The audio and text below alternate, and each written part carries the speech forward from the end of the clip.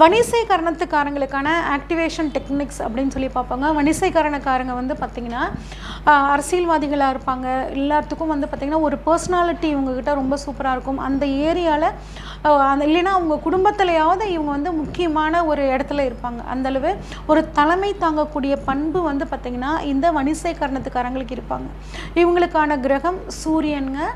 இவங்களுக்கான கர்ணநாதர், வணிசைகரணக்காரங்களுக்கான கர்ணநாதர் யார் அப்படின்னா திருமலப்பாடியில் இருக்கக்கூடிய நந்தீஸ்வரர் மற்றும் சிவனுங்க. நந்தீஸ்வரர் வழிபாடு, சிவ வழிபாடு ரொம்ப அற்புதமாக இருக்கும் இந்த வணிசைகரணத்துக்காரங்களுக்கு.